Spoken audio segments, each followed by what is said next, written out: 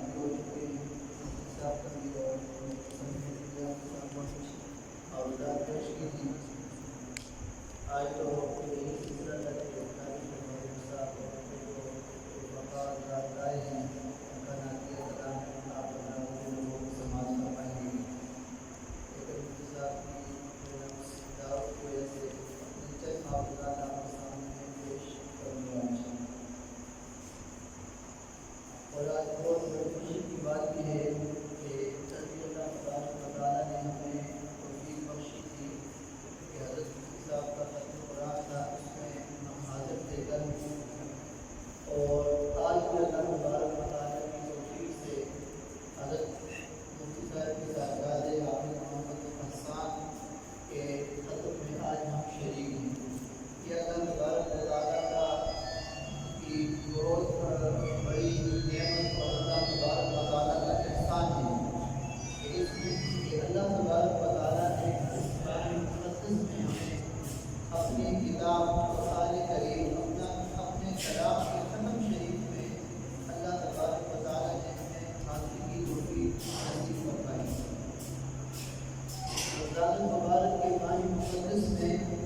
جس میں اللہ تبارک و تعالیٰ جنت کے سارے دروازے کھول دیتے جو آخر تک پھر بند نہیں ہوتے، اور جہنم کے سارے دروازے بند فرما دیتے ہیں جو آخر تک بند رہتے ہیں، اور اس میں سرکش شیاطین اللہ تبارک و تعالیٰ قید کر لیتے ہیں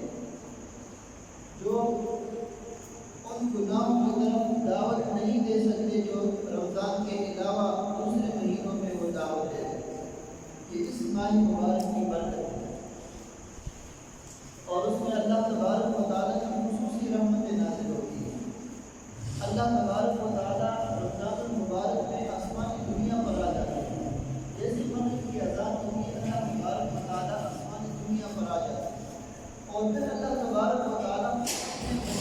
پکار کر فرماتے ہیں یہ کوئی مجھ سے مانگنے والا ہے کہ میں اس کو عطا کروں، یہ مجھ سے کوئی بخشش طلب کرنے والا کہ میں اس کے سارے گناہوں کو بخش دوں، یہ کوئی ایسا بندہ جو مصیبت اور پریشانی سے نجات مانگے اور میں اس کو نجات دوں۔ یہ اللہ تبارک و تعالیٰ روز پکارتے ہیں، قریب آ جاتے ہیں۔ اللہ تبارک و تعالیٰ کی شان کے مطابق جو قریب آنا ہے یعنی توجہ فرماتے ہیں اپنے بندوں کی طرف۔ رمضان مبارک میں روزانہ ساری رات اللہ تبارک و تعالیٰ کی طرف سے فرشتے صدائیں لگاتے ہیں کہ یہ کوئی مانگنے والا کہ میں اس کو عطا کروں، یہ کوئی بخشش کا سوال کرنے والا، یہ کوئی مصیبت سے نجات دینے والا۔ تو اس مبارک مہینے میں اللہ تبارک و تعالیٰ نے ہمیں یہ دوسری حاضری کی توفیق بخشی۔ اس پر اللہ تبارک و تعالیٰ کا جتنا بھی شکر ادا کیا جائے کم ہے۔ وَلَئِن شَكَرْتُمْ لَأَزِيدَنَّكُمْ وَلَئِن كَفَرْتُمْ إِنَّ عَذَابِي لَشَدِيدٌ۔ اور اس کا شکر یہ ہے کہ اللہ تبارک و تعالیٰ نے ہمیں اپنے کلام سننے کے لیے منتخب فرمایا، دونوں راتوں کل بھی اور رات بھی، بلکہ پورے رمضان المبارک کے بھی۔ اور اس کا شکر یہ ہے کہ پھر ہم رمضان المبارک کے بعد بھی سارے مہینوں میں قرآن کریم کے ساتھ لگاؤ رکھیں، قرآن کریم کے ساتھ تعلق رکھیں، اس کی تلاوت کریں، اس کی سماعت کریں، یہ اس کا شکر ہے۔ جو نعمت اللہ تبارک و تعالیٰ بندے کو بخش دے اور بندہ اس پر شکر کرتے تو اللہ تبارک و تعالیٰ اس نعمت میں اضافہ فرماتے ہیں۔ اور جب بندے کو کوئی نعمت اللہ تبارک و تعالیٰ عطا فرماتے ہیں اور بندہ اس سے اعراض کر دیتا ہے اور اس کا شکر نہیں کرتا تو آہستہ آہستہ اللہ تبارک و تعالیٰ پھر وہ نعمت اس بندے سے چھین لیتے ہیں۔ ہارون الرشید ایک بادشاہ گزرے ہیں، بادشاہ بھی تھے، حکمران بھی تھے، اور بڑے صاحب علم تھے، بہت بڑے عالم بھی تھے، فصیح و بلیغ تھے بڑے۔ اللہ تبارک و تعالیٰ نے حکمرانی کی نعمت اس کو بخشی۔ ان کے زمانے میں ایک مجذوب تھے، بہلول اس کا نام ہے، مجذوب اس کے بڑے واقعات مشہور ہیں۔ ایک دفعہ بہلول نے اس کو کہا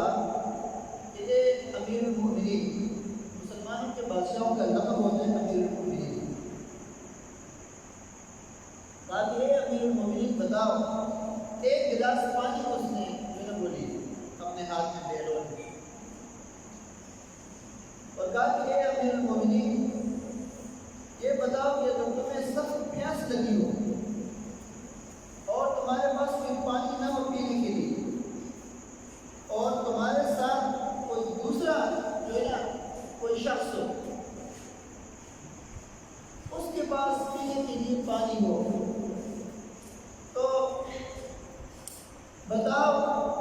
کہ آپ جو ہے نا آپ کے پاس کچھ بھی نہیں ہے پانی پینے کی سخت پیاس لگی ہوئی ہے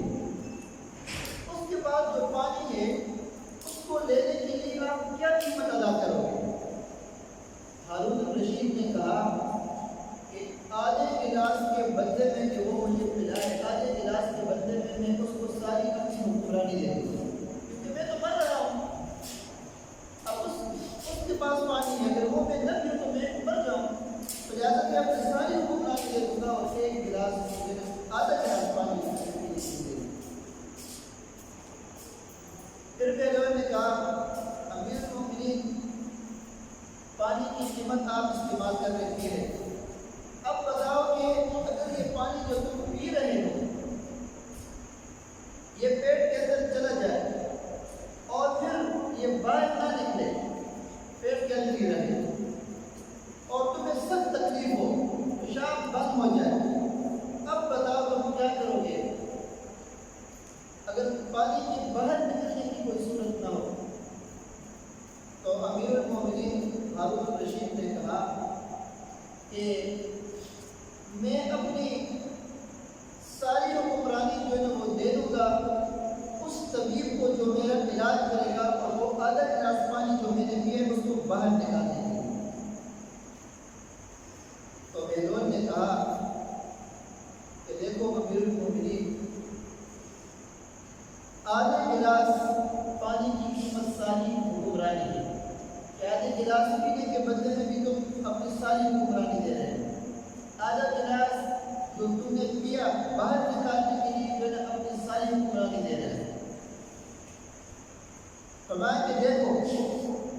اللہ تبارک و تعالیٰ کی نعمتیں تم کتنی استعمال کرتے ہوئے تھے دن میں کتنا پانی تم پیتے ہو کتنے لیٹر پانی پیتے ہو اور پھر وہی پانی جو پیتے ہو اللہ تبارک و تعالیٰ نے تمہارے لیے آسانی سے وہ پیشاب کی صورت سے وہ پانی نکال دیتا ہے اور جو صحت کے لیے جو ضروری ہوتا ہے وہ جسم کے اندر ہی وہ رہ جاتا ہے اور اس سے اعضاء بنتے ہیں اور اس سے جگر گردہ دل وغیرہ سارے سب میں جو ہے وہ خون کی صورت میں سپلائی ہو جاتا ہے تاکہ دیکھو اللہ تبارک و تعالیٰ کی تم صرف یہ پانی کی جو ہے نا کتنی نعمتیں تم استعمال کرتے ہو دیتے ہو پیتے بھی ہو اور اس کو نکالتے بھی ہو کبھی تم نے اللہ تبارک و تعالیٰ کا شکر کیا اس پر شکر کا استحضار کیا تم پر تم نے تو یہ کہا کہ کتنی بڑی نعمت ہے اللہ تبارک و تعالیٰ تمہیں مفت میں دے رہا ہے تو یہ اللہ تبارک و تعالیٰ کی نعمت ہے کہ اللہ تبارک و تعالیٰ نے جو انسان بنایا صحیح سالم آنکھیں دیے ہاتھ پیر دیے صحیح سالم دیکھنے کی قوت دی سننے کی قوت دی سننے کی قوت دی چلنے کی قوت دی انسان کو سوچنے کے لیے دماغ دیا ہے دل دیا اللہ تبارک و تعالیٰ نے اپنے علوم اور معارف کے لیے کتنی بڑی نعمتیں ہیں وَلَئِن شَكَرْتُمْ لَأَزِيدَنَّكُمْ وَلَئِن كَفَرْتُمْ إِنَّ عَذَابِي لَشَدِيدٌ اگر تم ان نعمتوں کا استحضار کرو گے اس کا شکر کرو گے اللہ تبارک و تعالیٰ مزید اس میں نکھار پیدا کرے لیکن اگر اللہ تبارک و تعالیٰ کا شکر ادا نہیں کیا تو پھر اللہ فرماتے ہیں إِنَّ عَذَابِي لَشَدِيدٌ کہ میرا عذاب بڑا سخت ہے میرا پکڑ بڑا سخت ہے کہ جب اللہ کا عذاب آتا ہے تو پھر اس سے چھٹکارا کی کوئی بھی صورت نہیں تو یہ اللہ تبارک و تعالیٰ کی بہت بڑی نعمت ہے ہمارے اوپر کہ اللہ تبارک و تعالیٰ نے ہمیں اس رمضان المبارک میں قرآن کریم کی سنانے کی اور سننے کی توفیق بخشی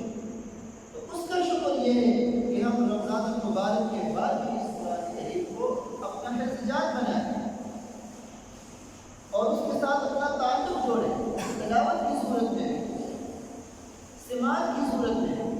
ہر لحاظ سے کیونکہ یہ قرآن کریم یہ اللہ تبارک و تعالیٰ کا کلام ہے اور یہ ایسا عظیم الشان کلام ہے کہ حدیث پاک میں آتا ہے کہ اللہ جل جلالہ نے انسانوں کو پیدا کرنے سے ہزاروں سال پہلے فرشتوں کو جمع کیا محفل آگے میں فرشتوں جمع ہو جاؤ، قریب ہو جاؤ، سارے فرشتے جمع ہو گئے. فرشتے ایک دوسرے کو کہنے لگے کہ اللہ تبارک و تعالیٰ تک کوئی خاص ہمیں حکم عطا فرمائیں گے، کوئی خاص حکم کریں گے. کیا وجہ کہ اللہ تبارک و تعالیٰ نے ہمیں جمع کیا؟ اللہ تبارک و تعالیٰ نے فرشتوں کو جمع کیا اور اللہ تبارک و تعالیٰ نے پھر قرآن کریم کی تلاوت ان کے سامنے کی، سورہ یاسین کی، یاسین والقرآن الحکیم انک لمن المرسلین. اس میں حضور نبی کریم صلی اللہ علیہ وسلم کا بھی تذکرہ ہے، انک لمن المرسلین، کہ اے نبی بے شک آپ نبیوں میں سے ہیں، آخری نبی. قرآن کریم کی تلاوت اور سورہ یاسین کی تلاوت فرشتوں نے سنی. فرشتوں نے کہا کتنا عظیم الشان ہوگا وہ نبی جس کو اللہ تبارک و تعالیٰ یہ کلام عطا فرمائے گا، انک لمن المرسلین. انک یہ عربی کا گرامر کا اصول ہے کہ لفظ کاف جو ہے یہ مخاطب کے لیے استعمال ہوتے ہیں. جس طرح ہم کہتے ہیں نا آپ کے لیے کاف استعمال ہوتے ہیں، انک، اور انک کا معنی بے شک آپ نبیوں میں سے، مرسلین میں سے. فرشتوں نے کہا کتنا عظیم الشان ہوگا یہ نبی جس کو اللہ تبارک و تعالیٰ یہ کلام عطا فرمائے. اور پھر فرمایا کہ کتنی عظیم الشان ہوگی وہ امت جس پر اللہ تبارک و تعالیٰ یہ کلام نازل فرمائے. کتنی عظیم الشان ہوگی اور کتنا عظیم الشان ہوگا وہ زمانہ، وہ مہینہ جس میں اللہ تبارک و تعالیٰ اپنا یہ کلام نازل فرمائے. تو یہ ہے وہ کلام کہ حضور نبی کریم صلی اللہ علیہ وسلم کی بعثت ہوئی. اللہ تبارک و تعالیٰ نے انسانوں سے پہلے جنات کو پیدا کیا، لاکھوں سال پہلے پیدا کیا. اس کے بعد انسانوں کو اللہ تبارک و تعالیٰ نے پیدا کیا. اس کے بعد انبیاء کا سلسلہ جاری فرمایا انسانوں کی ہدایت کے لیے، اور آخر میں حضور نبی کریم صلی اللہ علیہ وسلم کی بعثت ہوئی. اور قرآن کریم کا